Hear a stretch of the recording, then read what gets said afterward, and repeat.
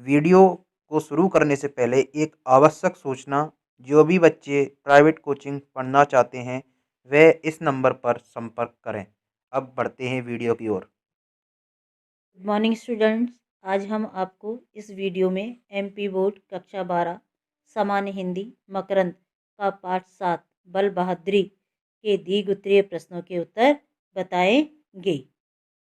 लघुत्तरीय प्रश्नों के उत्तर हम इसके पहले वीडियो में बता चुके हैं। द्विगुत्रीय प्रश्न, पहला प्रश्न है, सबल के बल का सदुपयोग ही सफलता की कुंजी है। इस कथन को स्पष्ट कीजिए।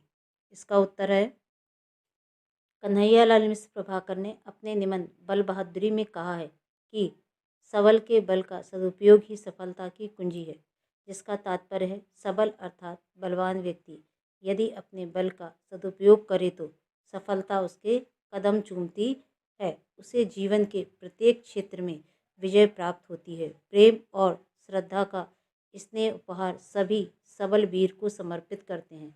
उदाहरण स्वरूप राम और श्री कृष्ण ने अपने बल का उपयोग जनता के अधिकारों और रक्षा के लिए किया। उनमें किसी भी प्रकार का स्वार्थ भाव नहीं था।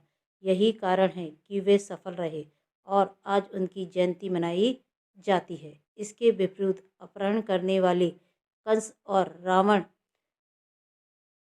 ने बल का दुरुपयोग किया था, इसलिए वे असफल रहे। आज वे घृणा के पात्र माने जाते हैं। अतः स्पष्ट है कि सबल के बल का सदुपयोग ही सफलता की कुंजी है। द्विगुत्रीय का दूसरा प्रश्न, सात्विक सहयोग को राष्ट्र के निर्माण की मूल शिला क्यों कहा गया है?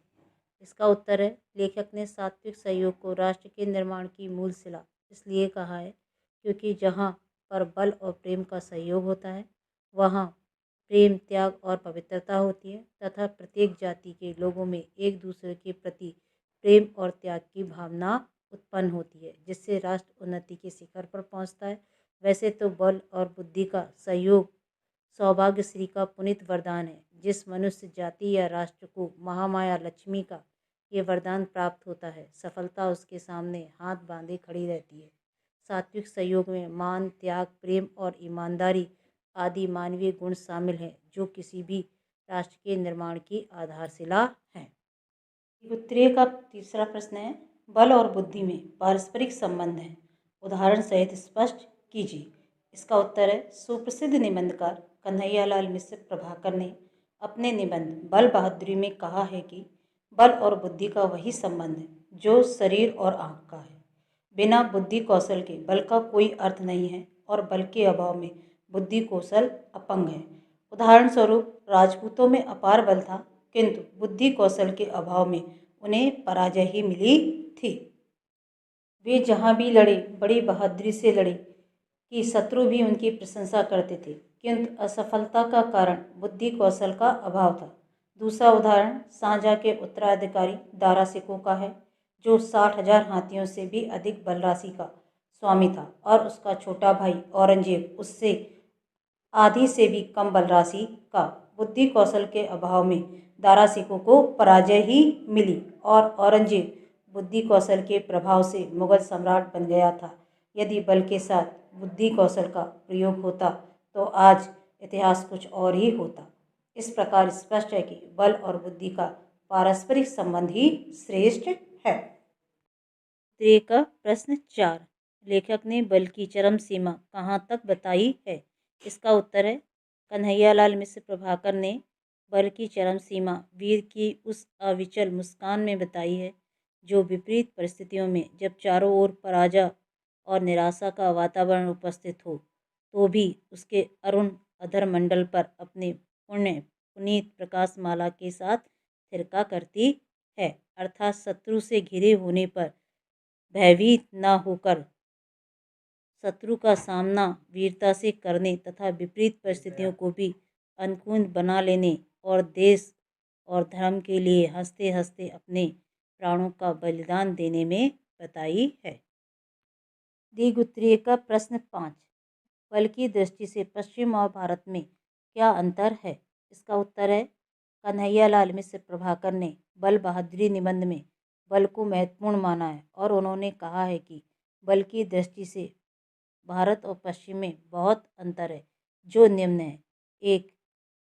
पश्चिम शारीरिक बल को महत्व देता है, जबकि भारत आत्मबल को महत्व देता है। दूसरा, पश्चिम शरीर बल से दुनिया में श्रेष्ठ बनना चाहता है, जबकि भारत आत्मबल से श्रेष्ठ बनना चाहता है।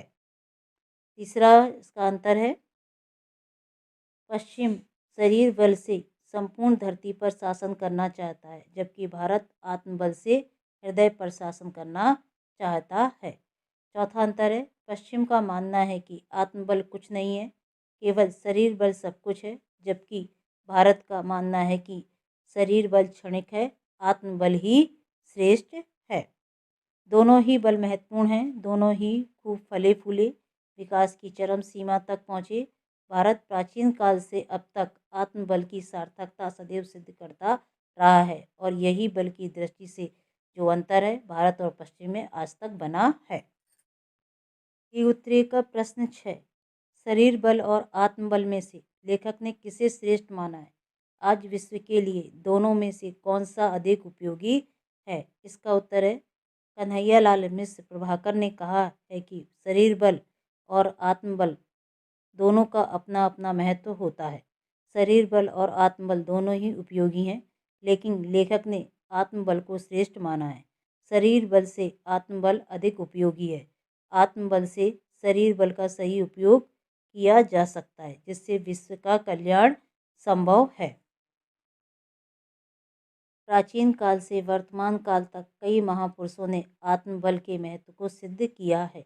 इसके प्रत्यक्ष उदाहरण महात्मा गांधी और महात्मा बुद्ध हैं, जिन्होंने अहिंसा और आत्मबल के सहारे दुनिया को हिंसा और पाशविकता से बचाया था। इस वीडियो में इतना ही। अगले वीडियो में हम पाठ 8 बीमार का इलाज एकांकी के प्रश्नों के उत्तर व पाठ का सार समझाएं।